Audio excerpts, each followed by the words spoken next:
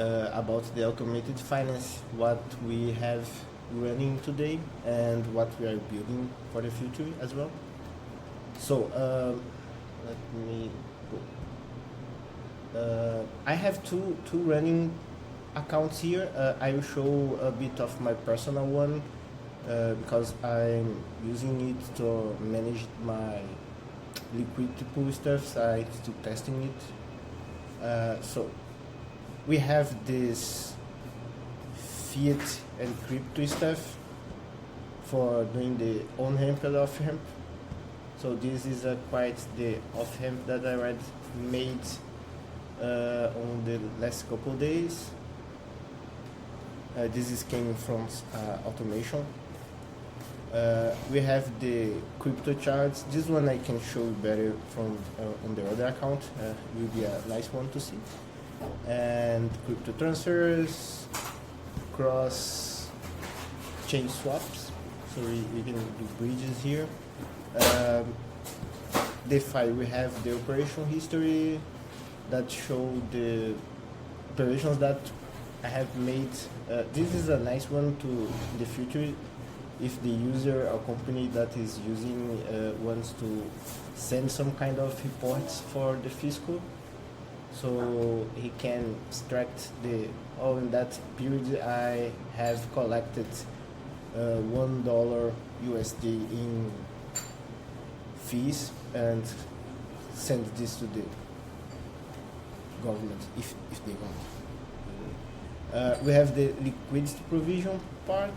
So the user can create liquid provisions. Like on this one, I have this pool that in the moment is out of range, but we have the rebalance part. If we want to rebalance, we can collect fees, add liquidity, and things like that. We started the lending market as well. Nowadays, only Ave Morpho, but we have more to add here. More is coming on. And here I have my yield positions, the positions that I have for this lending market. And the on-chain swaps is the simple one, is swapping directly into Uniswap. So sometimes the user wants to add custom tokens that have liquidity only in custom tokens that does not have a route on the bridge. So we enable users to on-chain swap directly.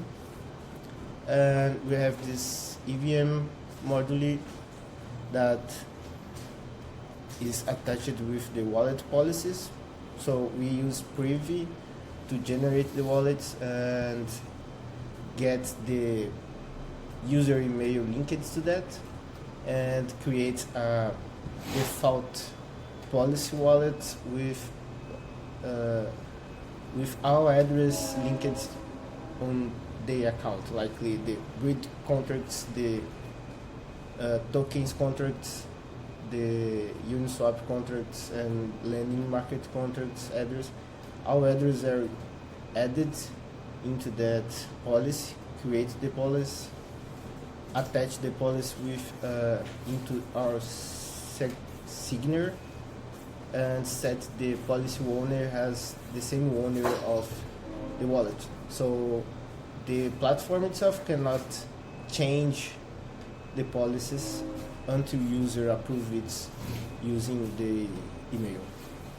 And alright, so we have this cryptocurrency part that user can enable which crypto he wants to be running into his account. The network part, we are still working there to enable more, but we can have the reserve wallet and confirmations required for each one.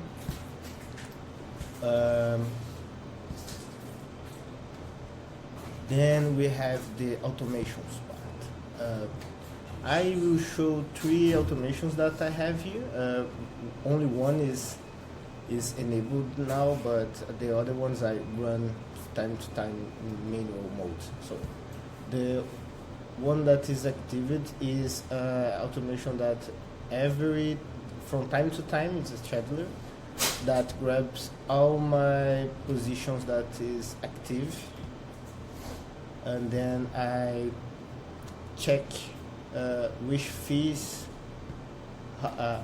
get the fees data, and then I have a trigger that check if I have to collect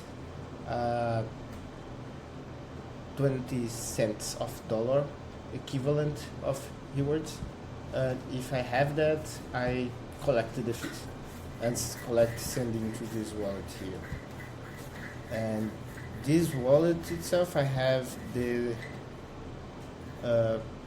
these lending strategies here that is running on top of another wallet. That is the wallet that is receiving the funds. So I check from time to time the balance of those coins. This USDC I'm checking on base, and then if I have like more than one USDC on base, I will do a cross-chain swap from base to Polygon. The same I will do with Ether, Pol, like I will doing the on-chain swap of those, swapping to USDC. Then I check again our USDC balance, and then I do a supply to AVE position. And this is just to grab the tails at the end. And same here I do with BRLA. I check the balance of BRLA. If I have more than 5 BRLA, I will supply that into my stake, and again grab the take. And sometimes when I want to liquidate some crypto directly into my bank account through the Pix, I have a quite familiar one. This one is running checking another wallet, so all crypto that I send to that wallet, that pool, Ether, CBBTC, and Ether again into those are into base, and those are into Polygon, and I convert everything to USDC and then cross swap everything on base to BRLA on Polygon, and in Polygon I convert the USDC to BRLA as well. Then I check if my balance in BRLA is greater than 48 BRLA, and then if it's true, I send to an off-ramp. So this will send the money directly into my bank account. Is the way that's working today. This is already in production. Those automations are ones of I use it. We have this execution here that shows a bit the execution, and we can get a better debugging stuff, so to follow up the executions and if some action get error or things like that. So I will show you a bit about the CryptoPix automation as well. Is a quite interesting one. Alright, so the CryptoPix is using the crypto charge module and the automation as well. So every taxes that we get into the swaps on CryptoPix, we generate a crypto charge and pay it with a custom ID. So fee collection underscore, this would be the order ID on CryptoPix, and we have automation here that is likely the fee distribution. So every time that we got a crypto charge paid that the account transaction ID starts with the fee collection, we start this flow, and this flow will just split 17 and 13. 17 still goes to the staking and operation wallets to pay the servers and things like that for CryptoPix. And the remaining one we will split again into small chunks for each of the partners that is helping to build that platform, and we distribute that revenue from the fees that the CryptoPix charge. So the automation is quite simple, but it's a powerful one. We are like the revenue distribution in real time for the partners here. And now I will show you a bit of